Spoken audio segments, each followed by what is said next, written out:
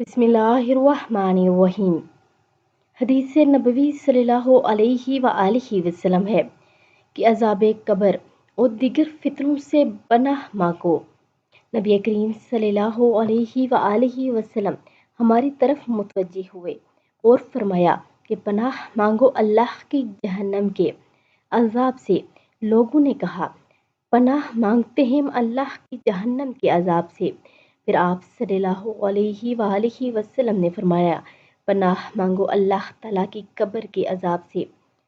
تو لوگوں نے کہا، ہم پناہ مانگتے ہیں ہم اللہ کی قبر کے عذاب سے۔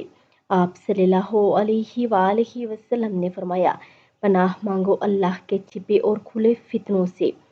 لوگوں نے کہا، پناہ مانگتے ہیں اللہ کی چھپے اور کھلے فتنے سے۔ آپ صلی اللہ علیہ وآلہ وسلم نے فرمایا کہ پناہ مانگو اللہ کی دجال کے فتنہ سے۔ تو لوگوں نے کہا، ہم پناہ مانگتے ہیں اللہ کی دجال کے فتنے سے۔